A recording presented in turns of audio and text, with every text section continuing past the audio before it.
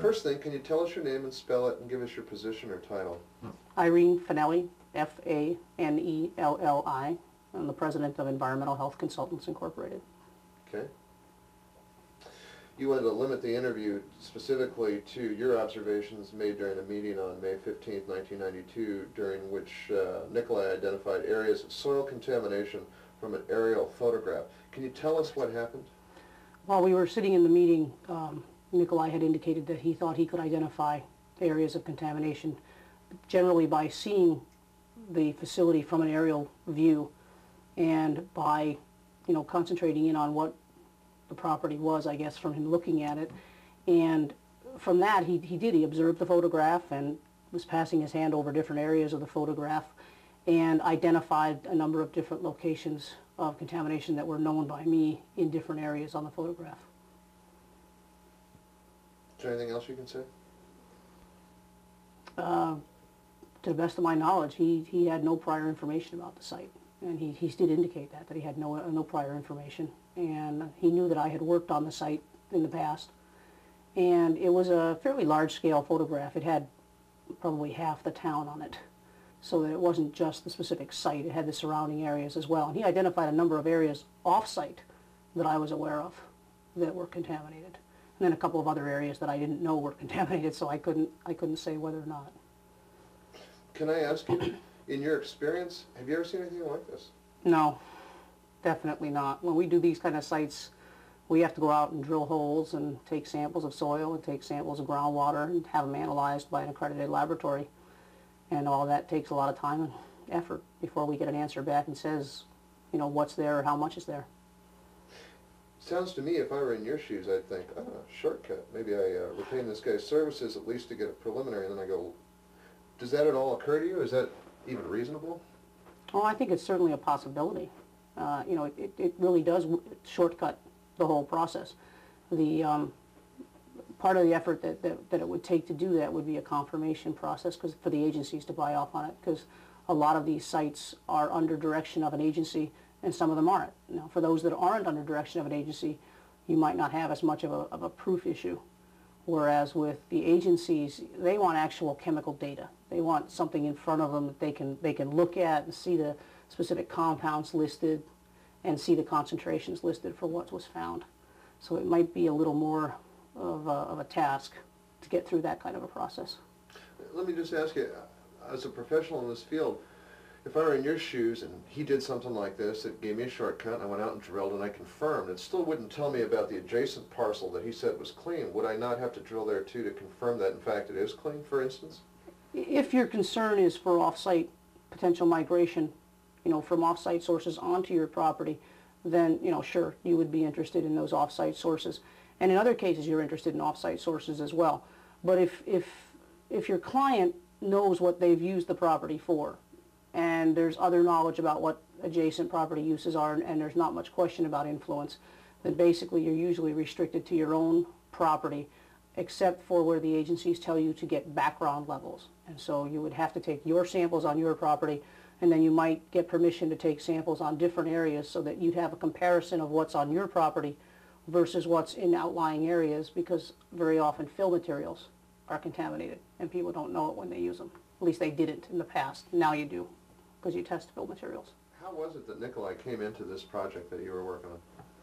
I'm working with the developer who seeks to develop the property, and we have been looking at different mechanisms for either cleanup or partial cleanup and different types of construction in order to accommodate for the contaminated materials. And he had met Nikolai at a previous time and had indicated to me that he had met him, and that Nikolai had indicated that he could identify areas of contamination on the site. And basically the developer asked me to attend the meeting because I had the knowledge of where the contamination existed on the site, having previously worked on the site. So I went to the meeting at which Nikolai asked to see the aerial photograph. We brought the aerial photograph, and he proceeded to identify different areas of contamination on the site. How accurate was he? Based on my recollection of the areas of contamination, he was very accurate. He was very accurate. There was only one location that he indicated was contaminated that I didn't know about. and it wasn't within the scope of the previous work that I had done, so there really wasn't any reason for me to know. But the areas that I was aware of, he verified and identified the areas that I knew were contaminated. And in his verification, he indicated from higher density to lower density, or more polluted to less polluted. Can you describe that? As he went over and reviewed the photograph and found different areas within the site that were contaminated, you know, you might have a boundary like this on the site, he would close in on one area and indicate the part that was the highest concentrations, and then in general terms indicate by giving drawings of contours, is what we call them, that would basically say limits of lower concentrations as that progressed away from the source, if you will, from the one area. And that was accurate as well. Now again, he's not giving me specific numbers. You know, in other words, this is 100 parts per million versus 5 parts per million. But in relative terms of concentration, he was accurate. When we think about toxic hotspots underground with groundwater or soil contamination, a lot of times we run into situations where we can identify which way the toxins migrate after rainfall. Did his information indicate what you know to be true about the migratory paths? About the migratory paths of the toxins? That is there anything that you can comment that suggests that he was right on with the geological aspects? Well, basically on this particular site, off-site migration is not an issue. Specific preventive measures have been taken on that site to prevent any groundwater migration, contaminated migration, and therefore it wouldn't have been an issue on that site. So in general, the pattern that he gave was the pattern that was known for where the levels of contamination were, but generally a pattern of flow of groundwater really isn't an issue on this site, so I don't think he attempted to identify that. Or is there any other information that he gave that suggested whatever analytical or technique he uses? I tried to ask him that, and basically what he's saying is that he has a means of feeling or interpreting the energies, whether it be the currents in the ground or whether it be just the amount of energy from the earth versus what is the surrounding area, that type of thing.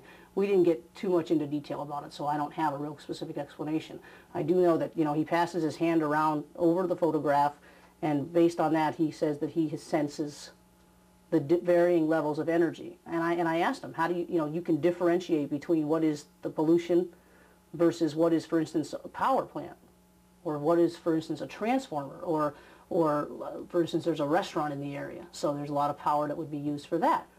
And he said that he is able to distinguish between those, so that he knows when something is chemical contamination versus some other type of energy, electrical or solar energy, that type of thing. That's how he explained it to me. As a professional, what do you make of this? I'm not really sure. I was very, very surprised. I was interested, obviously, that he was able to identify these areas from what was my understanding, no prior knowledge of the site.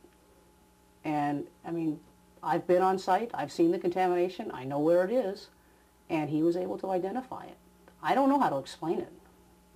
That's the real interesting part of the whole thing, is that, we're trying to accept on face value, basically, that he somehow has the ability to do this. I don't know how. I was confused too. But I was amazed. I was really surprised by it. But he was accurate.